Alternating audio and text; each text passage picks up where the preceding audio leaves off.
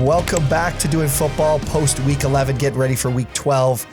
A huge one, a big one Thursday, 3 games, Thanksgiving for all of our Americans out there. Wish you a happy Thanksgiving. And I beat Avery Chenier in fantasy football in Week 11, and he had Jonathan Taylor and Elijah Moore. Wow. Jared. I started 3 players who didn't even play on purpose. He had no QB. Wow. He had Sam Darnold in at QB. And then his And flex I was played not even Alan out. Lazard too. To be fair, I can't say that many bad things because you also beat me. Yeah. But your team sucks. Yeah. In redraft, your team sucks. My dynasty team is trying to actively lose. Yes. And it's not going well. I'm playing too well, I think. Yeah, Drew's all the talk is about what it's the total team points, right? That's what it is. It's max points for. So Yeah. if best ball was activated. Right. Same thing, basically. Yeah. Similar thing, I guess. Yeah. But anyways, great Week 11. There were some massive upsets. What do they call it? Bloody Sunday? Something like that. Sounds right. Bills went down. Titans went down. Cowboys. Such a Packers hilarious finally Titans. lost Packers. again. That was nice. Yeah, that one spread was tight, so there were some implications of that. And usually the Vikings and the Packers play some tight games. Drew's shaking his head at us. I don't know why. This is the one thing. If you're watching this on YouTube, new setup. Yes. So now we can kind of see the entirety of the office as we're doing this. But let's get into Week 11. My stat lines of the week is where we'll start. First one is these running backs combined for 32 rushing attempts and a total of 55 yards. Who are I can't ask Jared. Jared knows I already the know the answer. But Avery, who do you think it is?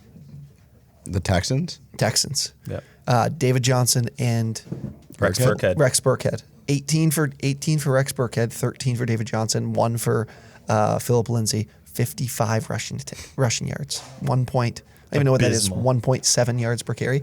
Impressive. That's fucking horrid. The fact that they won that game.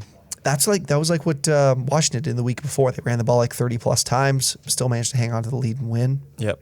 Terod had a rushing touchdown, didn't he, though? Yeah, he had 1 rushing attempt for 22 yards, and that was a touchdown. I bet you the Texans come out of that game and they're like, see, this is why we have to run the ball. Oh, yeah. It wins us the game. That's what Pete Carroll says. You run the ball, and if you run the ball a lot, you win the game. Well, that's because you were winning the game the whole time, and you're running the ball to kill clock. Yeah. Running the ball 32 times for 55 yards is going to win you football games typically. Second one, these quarterbacks played each other and had these stat lines. First quarterback, 35 of 44 for 328 passing yards, 2 touchdowns. The other quarterback in a loss, 14 to 26, 207 yards, 0 touchdowns, 0 interceptions. Who are these QBs? I know who it is. Colt McCoy, Russell Wilson. Dave, your guess? I was going to say Trevor Lawrence is Trevor one Lawrence. of them, but I don't think Guop was throwing that many times. No, 44 times. No, Jared's right. Yeah. Colt McCoy, absolutely outplayed. Russell Wilson again. Last week's episode, we might be on to something. Russ might just be mediocre at this point. I can't Yeah, believe. not been good. I'm actually also surprised at how many 328 yards McCoy threw for on 44 attempts. Yeah. And they only had managed. They scored what 26 points, something like that. So I think it was around there, yeah. The score was like, what, 26-13 in the end? I'm pretty sure it was like 13-6 till like the fourth quarter, something Yeah. like that. Last one here. Who led the NFL in receptions in Week 11 with an average depth of target of -1 yards? I think I know this one. Yeah, me too. It's Rondell Moore. Yeah, Rondell Moore. Rondell Moore, yeah. His ADOT is brutal. I don't know what it is on the season, but I'm pretty sure it's damn low. He ended up finishing with like 11 receptions, 55 yards. Yeah. Yeah, 11 receptions, 11 targets, 11 receptions. Yeah, 50-some yards. Wasn't that Debo's problem, though, before this year? Yeah, Same it was. thing? Yeah, Does that mean underrated. Rondell Moore is going to be the next Debo? I mean, he's on the same path. Yeah, I'd be happy with it. me too. What did you guys take away, at least from this week, in terms of maybe the playoff picture and who is the I don't think there is a top team in the NFL right now? That's my takeaway. So one of the things that people are saying it's bad that all these teams lose, right? Like there's so much parity, good. but that's all we've been asking for Yeah. for years is let's make all the teams very similar. And I think it's made the NFL very fun to watch this year. Yeah, like there's still good teams, Yeah. but everybody can just lose at this point. There's Yeah, just because there's no they're- top dog that's been dominating the entire season. Yeah, we always get these wins that come from a team that you wouldn't like that are at the bottom beating somebody really good, but you usually don't get it as much as we've got it this year because there's so many teams that are sitting at 6 and like with 4 losses, Yeah. playing and having played 10, 11 games. Usually we see somebody that's like only has 1 loss. I mean, what is it? The Cardinals only have 2? Are they the only team left with 2 losses? I think they're the only team left with 2 losses. Yeah, so it's crazy. Jonathan Taylor, have to get to it. This will probably be the title of the video, is if Jonathan Taylor is the best running back in the NFL right now. Last 3 weeks, 530 total yards between his receiving yards and his rushing yards. Most of that's rushing yards. I think he only had 50 some receiving yards. 6.6 yards per carry and 7 total touchdowns so far the last 3 weeks. Insane. This is the craziest stat to me that I found from the season. Sorry, we need to get to something. Yeah. Someone here did have Jonathan Taylor as a must avoid as a running back, right? Oh, jeez. Avery, are you sure? I'm pretty sure that wasn't me. T-Mac, was that you? No, it wasn't me. Jared, was that you? That leaves only me, guys. Hey, that was a bad video for some of us. Mine was Najee Harris. Yeah. So Mine was Miles Sanders. yeah, But I think I took it like the easy way out on that one too. None of us like Miles Sanders. that is true. But quickly, this is the thing that I found to be really impressive is that he's had 62 carries inside the red zone. 62. The next closest is Dalvin Cook, who has 35. Like that's nearly half. Then you look at his attempts inside the 5, which we were saying earlier this season was a struggle for him. He had so many attempts inside the 5, but couldn't put the ball in the end zone early on. Now he's putting in the end zone. He's had 22 attempts inside the 5. Dalvin Cook, second in that category, 13. So we're talking, what is that, 9 more attempts. Yeah. That's almost half. We had to know that the regression was going to come. Like considering for the first half of the year, positive regression. Yeah. Because for the first half of the year, he was never scoring on those goal line carries. Whenever he scored, it was from like 15, 20 yards out. Yeah. So now that he's actually putting those in the end zone, he's going off. Give your ball to the best player on your team, and you're going to help.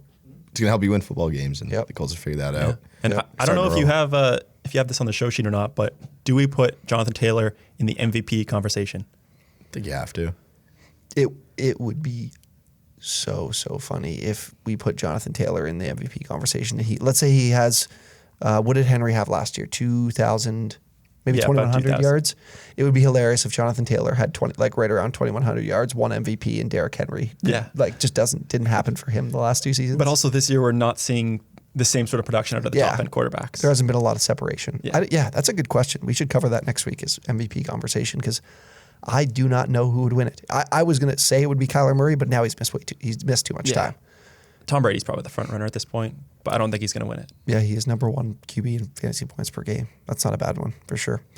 But what do you think about Taylor? Is he the best running back in the NFL right now? With Derrick Henry hurt, I'd say so. Yeah, I don't know who else. Chubb is really good too, but CMC I think about. Chubb I also think about because Chubb actually has a higher yards per carry than Taylor does in the season. Taylor has 5.8. He's at 6. So. And are we talking like pure running back or all around ability, like including receiving? I think we say all around, like just as the best player, best running back in terms of the how much they help their team. I guess you'd say. Then I might still have Christian McCaffrey over Jonathan Taylor. Yeah. Because McCaffrey's not all. That's the biggest thing with him is you might think he's prototypically like a receiving back, but he's been pretty efficient in his career, especially when he's been on the field the last couple of years. So he caught a touchdown yesterday, right? No, he had one. I think he had one. And it was a sick play. I couldn't believe Cam put that ball in a great Yeah. spot. It was just he caught it like a receiver. You had to do a second take. I was like, fuck, that was Christian McCaffrey. Are you kidding me? Yeah, such a great player. And they're doing that a lot more now. So. They're lining him up out wide because they have Chuba Hubbard there too. So they're putting Hubbard in the backfield, McCaffrey out wide, throwing the ball. Get the ball to your best players. I will say Taylor's the best running back in the NFL right now, though. Cook has fallen off a little bit. Like this week he had what do you have? I think he had the second most rushing attempts in the league. No, third behind Gaskin. I think he had 22. He only had like 88 yards or so. I think he was 3.9 yards a carry. Fourth because Jonathan Taylor and Joe Mixon. Oh, Mixon, was fourth. Yeah, Gaskin was third. Right, I forgot about that. Speaking of inefficient players, continuing to get the rock.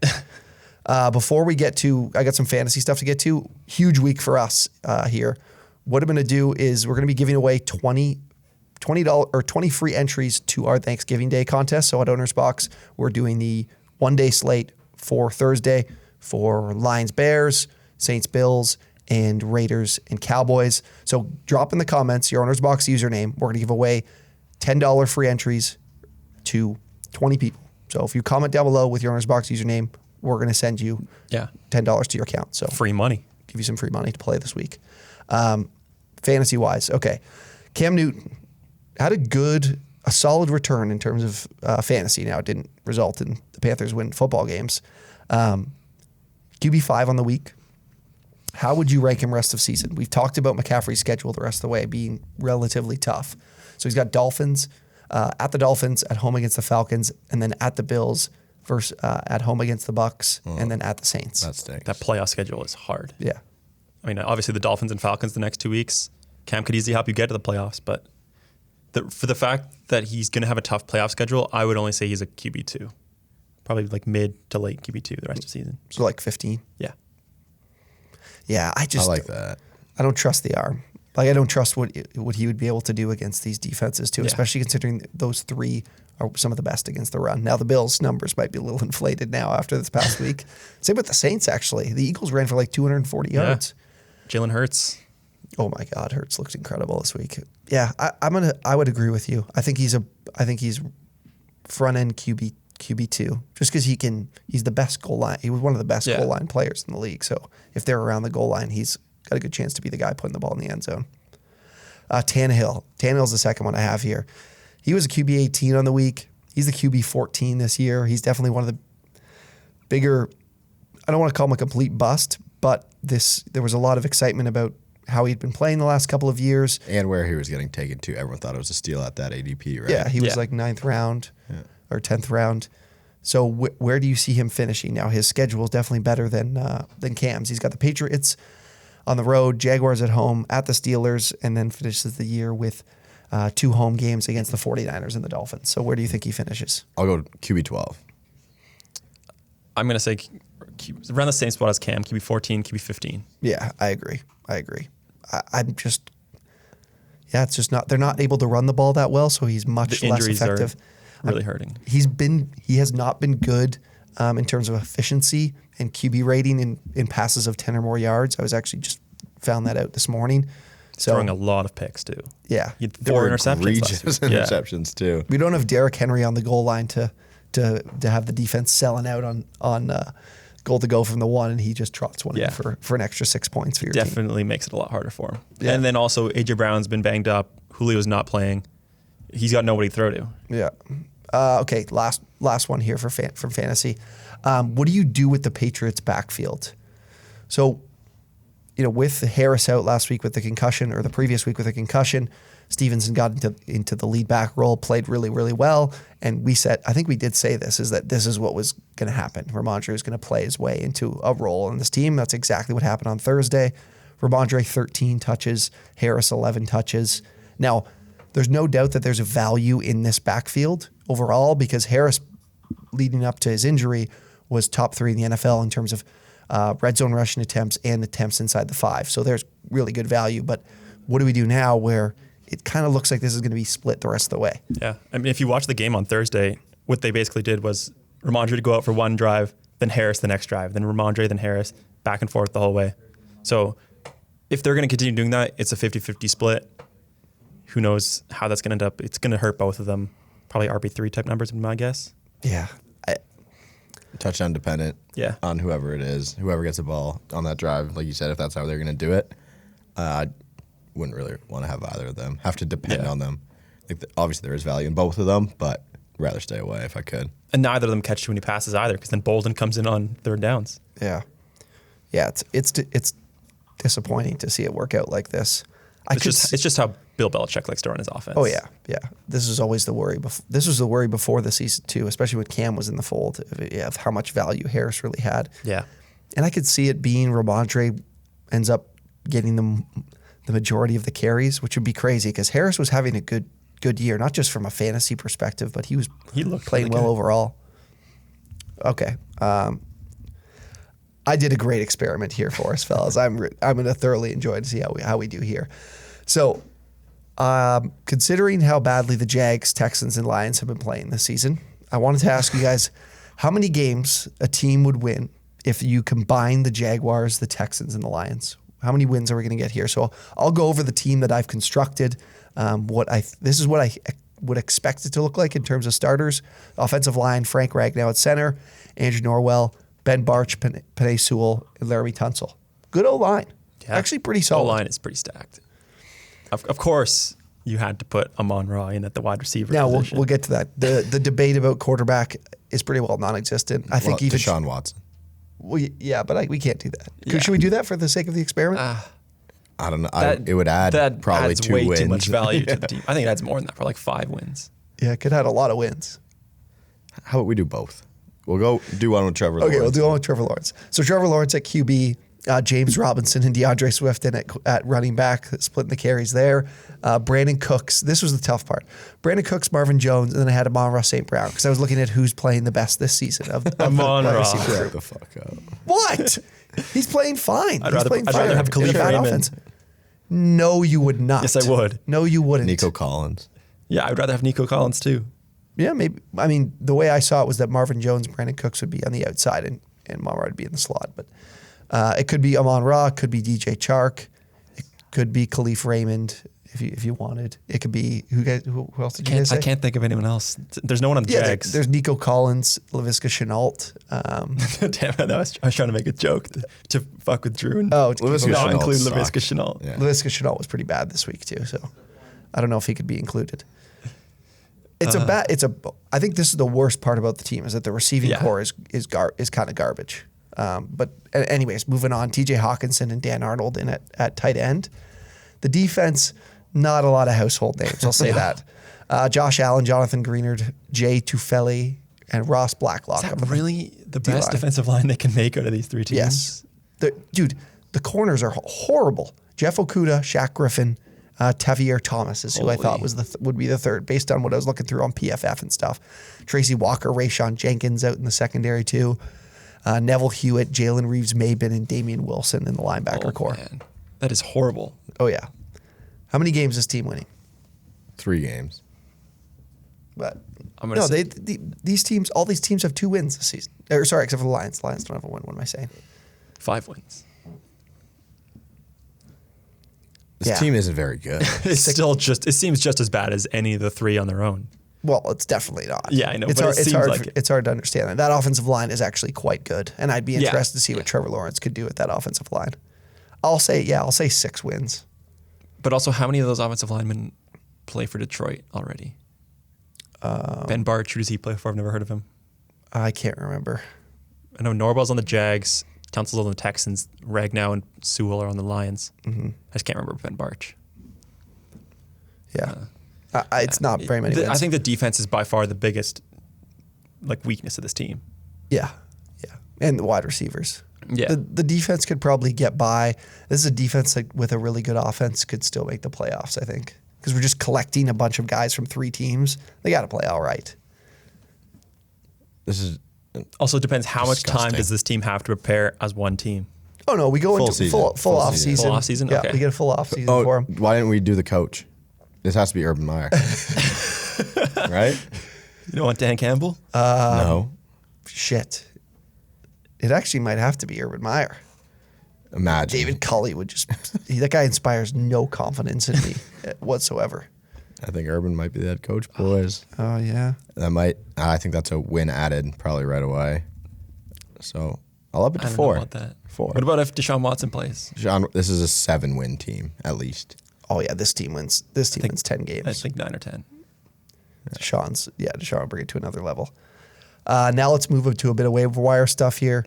I've added a bunch Holy of guys shit. that could be potential options for people. Let's start with quarterback. I think Cam Newton is a pretty clear option for people. I know we said that he can't really help you in the playoffs, we don't think, but that Dolphins-Falcons matchup would be helpful for people. You got to get to the playoffs. To get there. Yeah. So he's a decent. Would you spend waiver priority on him? Like if you're in a waiver priority league as opposed to Fab? Yeah. I wouldn't. Not. I wouldn't. Because if I ever wanted to pick up Cam in a 1 quarterback league, I would have done it last week anyway for no Fab or no waiver priority. Right. So if my quarterback situation was good enough that I didn't need to do that, then I wouldn't be doing it this week either. Okay. Yeah. Let's go to tight end, I guess. I'll go to tight end. I mean, I talked about how great I thought Dan Arnold was, and he just had 0 targets, 0 receptions. I don't think it was his fault. They barely had the ball. Like the whole first half. That's a good point. I wonder what the time of possession was. I remember hearing on Red Zone at one point, it was like the second quarter, and the Jags had run 4 plays. Oh, right. The first drive of the game was 13 minutes. Yeah. Yeah. I forgot about that. So I think they just didn't get into the flow of the game early on and just fucked them. Yeah. Tight end wise though, Adam Troutman seems to be an option. Coming off a good game there. I know from looking into some of the numbers and whatnot, he seems to be a lot better in zone coverage as opposed to man. So I think that helped him this week against the Eagles, and the fact that they were down all game. He does seem to be a player that Trevor Siemian seems to like, because he has been getting 4 or 5 targets, it seems like, for the last few weeks since Siemian's come in. And Siemian's given them great quarterback play. I'm surprised how long this has lasted. They did good down pretty early, though. And most of his points came in garbage time. Yeah, second half. Yeah. There was a point in the game where they brought it back to 7 points, though.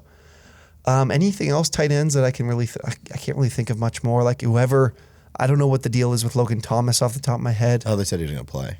Yeah, so Bates was there this past week. He had a couple targets, but nothing really to speak of. Wide receivers, that's where I think we can find some players that'll make an impact for you.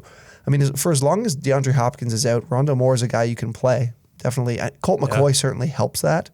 You know, if Murray is back, then we're not looking at as much. Obviously more so in full PPR than half. Yeah. Yeah, clearly. Yeah. Marquez Valdez-Scantling. I think he might be if Elijah Moore's on your wire, then he's the number one in terms of the wide receivers. Oh yeah. If Elijah Moore is still on your wire, I would use all of my FAB on him at this point. Yeah, I'm not as big. I'm not as much on that. Just because I think at the end of the day, it's the Jets. Did you see my tweet? They played. Did you see my tweet? Yeah, the numbers the at last that point 3 you games, got to regress, right? You've got to think so. I mean, why should he regress? He's become the number 1 wide receiver on that offense. He's just a great player. Because he plays for the Jets. Yeah. He's had 3 wide receivers weeks. can still succeed on bad teams. Oh yeah, but this isn't just so a bad team would be like, look at the Jags. There's no wide receiver that has value on the Jags. Look at the Lions. There's no wide receiver that has value on the Lions. So the really bad teams can give you no value. I think Elijah Moore is just a better wide receiver than any receiver on either of those teams. Yeah, no, I think Elijah Moore looks great. I like him as a player, but I don't really like him as a fantasy asset, just because the Jets are a terrible team, and I think that there's, Corey Davis who got money. This is quarterback number 3 on the season. So what happens if Zach Wilson's back in next week? Do we still get those kind of gains from Elijah Moore? We're getting a 2 target game for Elijah Moore in the next 2 weeks, I'm guessing. Yeah, I don't want to hate on the guy because I think he's really good. I just don't think it's someone that I'm going to spend all my FAB on and then play, and then it turns out he gets 3 targets, 2 catches, 14 yards, and then we're and it's not going to be his fault. That's why, I love Elijah Moore, but I just think it's going to regress at some point here. I don't know. I just don't see it. It was the same with your Michael Carter thing. Michael Carter's doing fine. Yeah, exactly. But he put up 30 points, and then he was like the best player of all time to you, which I understand because I also like Michael Carter. But I think at some point, Elijah Moore, he's just gonna. He can get. I think he can give you great weeks because I think he's a really good player. But we also we took those stats, and those previous 2 games, did he not score 2 touchdowns when they were down 45-3? And 2 weeks ago, the Colts game. The Colts game, he scored garbage time touchdown, and he scored one at the beginning of the game. Yeah. But last week it was a garbage time touchdown. Yeah. Yeah. Wait. Oh, okay. Because was that a 2 touchdown game? No, just one. The one before we were talking about? Yeah, I'm talking about the one not that happened yesterday, but the one that happened 8 days ago. Right. That one was garbage time with Flacco. Yeah. But to me, it's just it's not like Jamison Crowder and Corey Davis are going to go away. They both had 8 targets 7 and 8 targets this week. So it's just, I don't think he's someone that you'd pick up and then he's going to change your team the rest of the way. So that's the biggest reason why I'm saying I'm not spending all my FAB on him. Yeah, not all my FAB, but he has a high enough ceiling that that's a guy you want on your team. Yeah, 100%. Did we mention? I mentioned Rondale Moore. Valdez Scantling coming off they had a massive game. Both him and EQ Had good games. I think Scantling is the one with the value, though. I mean, Rodgers has talked about him before, about how he wants to get him the ball down the field. Aaron Rodgers, deep target, that's a guy I would want to have. And I don't think he's going to be a high priority for a lot of people. Definitely be a low priority for most people. He's a high ceiling guy. He just doesn't have a floor. That's the only problem. Yeah. He's going to catch at most 3 or 4 passes. Nelson Aguilar, coming off 40 yards and a touchdown against the Falcons. I'm worried about Jacoby Myers just because I do think Kendrick Bourne and Nelson Aguilar are starting to come on with Mac Jones. Yeah. They're both getting 4 or 5 targets each as well. Difference is those guys, not going to say they have a nose for the end zone, but a little better opportunity to get in the end zone, it seems like, than Myers does. Yeah. I don't know. I don't know what to think of this Patriots receiving core. It seems like none of them are all that valuable at this point. And I'm going to be leaving all of them on my bench until I see anything otherwise. Yeah, no, that's a fair point. Titans wide receivers. I know A.J. Brown went down with a chest injury, right? Yeah, it was a chest injury. We saw targets go to Westbrook, Ikine, Des Fitzpatrick, Chester Rogers. They kind of all were around the same, 7 targets. You could pick one of these guys up. Should we power rank these guys? I mean, I don't really know what my power rankings would be on these guys. Fitzpatrick was literally dropped by them after being drafted this year. Westbrook the week before it was Marcus Johnson. He got hurt. He got hurt, hamstring injury. Yep, pulled up when he was going to the ball, throwing the end zone. I saw that. Yeah. So I would say Westbrook Ikine would be the number one, just because we've seen seen him get targets previously in this offense. So I would be willing to put myself on the line more for a guy like that than Fitzpatrick and Rodgers. Rodgers has been consistently the third, not consistently, but always the third guy kind of deal. So I wouldn't put much in him. And then Fitzpatrick, I think it's just the touchdown. Great for him. Don't know how long that lasts. Yeah, I don't trust any of these guys, but if I had to pick one, I'd also go with Westbrook Ikine. Yeah. Running back wise, Michael Carter injury, Ty Johnson and Tevin Coleman, they can be options if you're extremely desperate. Ty Johnson would be the bigger priority, right? Yeah, he seems to be the bigger priority, although I think this week he only had 2 touches. He had 1 reception and 1 carry. Wow. I don't think Coleman had more than 4 or 5 carries, maybe. He also was pretty low down there. He had 5 carries and 1 catch. Yeah. Matt Breida as well. He led the Bills running backs in rushing attempts, which was only 5, but they need a run game. That's been a problem. I know they got away with it last year. This year it does not seem to be the case. Yeah, none of those guys have done anything. It turned into a 3-back committee. Yeah. It's almost like the Patriots. Yeah, it's a tough spot there for the Bills. I wouldn't want really any of these guys. If they draft somebody this year, how valuable do you think that back can become? Do you think they're gonna look for a guy to become their running back, or they just don't want to run the ball? They're going to get a 3rd round guy, I think, that drops a little bit further than they should. And they'll be like, oh, we'll give him a chance. That's all they can do at this point. As long as Josh Allen is their quarterback, Stephon Diggs is their main guy, they aren't going to be as committed to running the ball as people would want them to be, I think. Yeah, I think about it with Singletary. Didn't Singletary go in the mid-rounds when he was drafted at FAU? He was a 3rd-round pick. Yeah, and he just never really got a real chance to be in the backfield by himself. Was it when he was drafted? Was McCoy still there, or was no? Because Moss was last year was drafted, right? Moss was drafted in 2020. Yeah, I think Singletary was 2019, right? Yeah, I don't know if McCoy was there. Who was there? I feel like there was somebody there, but he was an old guy. It might have been Frank Gore. Always Frank Gore. Frank Gore. Oh yeah, you're right. Yeah. It was Frank Gore. Anything else there, waiver wire from you guys, and that we should cover anyone from this week? Pretty dry this week. Yeah. Not too many options. It's been tough sledding the past couple of weeks, but it's usually what happens. You want to get on. That's why I usually like to spend most of my fab early on in the season, because that's when you're going to find the true breakouts. Yeah. And guys have runway to turn up some value on the money you're spending. Yeah. Anything else from the games this week before we get to Monday Night Football even that you're taking away from today? I literally threw the board up for these guys. The Lions did what the Lions do against a pretty decent team. I would have taken the Lions. I would have hammered them. Staying in it this week. Otherwise, I mean, the biggest thing to me is that the Seahawks are they're out of it. They're 3-7 now. Their season's to me is over. I can't see them coming back, especially considering all the division losses they've taken. The game last night was really good. Maybe not for a Chargers fan, but for a unbiased fan, that was an electric game. Yeah, we could talk about that. I mean, it gets to a terrible point when you're a fan of a team and things are, in that situation, up by 17 points. I was at a point on my couch watching the game that Herbert threw that touchdown to Mike Williams, and I just didn't even react. I was like, fuck this team. I hate these guys. I hate football. I don't want to watch this. This team should have lost. That was like me with the Chiefs a couple of years ago when every time we played defense, just like, we're going to get scored on. Like, just get this over with. Yeah. Like, stop drawing this out. Well, it's not even... But the thing is, it's not about being a bad team. It's about the logo on their fucking chest. The fact that they're Chargers, they just go ahead and suck. And they do it in such a dramatic fashion.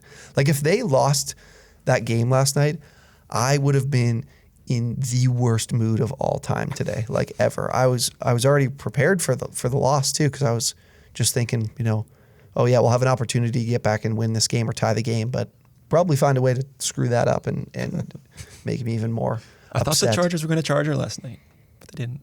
They have that's the thing, is they're so good. They're so good. They're turning over a new leaf. The special teams is bad too. People say special teams is what do they usually say? There's three parts of the game, three phases of the game, and nobody really considers special teams. I've watched the Chargers be so horrible with their special teams, whether it's the kickers, whether it's making a tackle out on punts. There can be special teams can be the difference between a Super Bowl season and a borderline playoff season. I'm convinced of it now. Yeah. I mean, yeah, as I said, 2010, remember when they had the number one offense, number one defense, still missed the playoffs? Yeah. That can only happen with special teams. Yeah, exactly. Okay, Monday Night Football. Bucs, Giants, 11-point spread. Bucs are at home. Over under, what is it, like 49, I think? Yeah, 49 and a half. What do we think for Monday night? What do you if we're laying a wager, what are our expectations here, Avery? The line changed. What is it now? 10 and a half. 10.5. Okay, it's bouncing back and forth. It was at 10.5 for most of the week. I like the Giants. Really? Remember this game last year? Didn't the Giants win this game? Didn't Daniel Jones have his first win against the Bucs? I think so. Yeah, I think the Giants won this game. To me, this feels like a Bucs blowout. I do agree. Just coming off the loss, extra week to prepare. Home. It just feels like a classic Brady just blowing out a shitty team. Yeah. Like look at that Bears game. Was it like 3 or 4 weeks ago? Yeah. It kind of feels like that to me. That I thought that the Bears would stick around in that game. That was an all-time shit pumping. I'm gonna take the Bucs minus the points, and then I'm gonna take the under because I think the Bucs defense they're gonna get 2 weeks of rest here too, which is something I think that the team has needed quite badly. Gronk's gonna be back. I like the Bucs and the under. I just need not enough. I need a very low amount of fantasy points from Daniel Jones, Saquon Barkley, and Kadarius Toney. That's all I need. Somebody you're playing as all three? Yeah, I need less than 41 from the three of them. You need your guy Kadarius, but what's the thing is though, is you need your guy Kadarius Toney to start getting it going, start playing. True. All right, Kadarius Toney can have 38, and then Daniel Jones and Saquon combined for 2. I mean, that's just not. I mean, unless Kadarius Toney's just getting play the ball running handed back. off to him instead. One other thing, guys, before we wrap up, we are going to be doing a live stream here on the YouTube channel for Thursday. As I mentioned, I didn't mention, for American Thanksgiving, we're in Canada, so we're going to be at work. So we figured, why not hop on here, do a live stream, watch the games. So definitely come hang out with us if you're not doing anything, or maybe before the big Thanksgiving dinner. So that'd be a good idea there. And then again, comment down below your OwnersBox username. We're going to give away 20 free entries to our Thursday Thanksgiving. What is it? The OwnersBox Fantasy Feast on Thursday, or Thursday only contest. So get in there and drop a comment. Like the video if you enjoyed. Thank you guys for watching. We'll see you next time.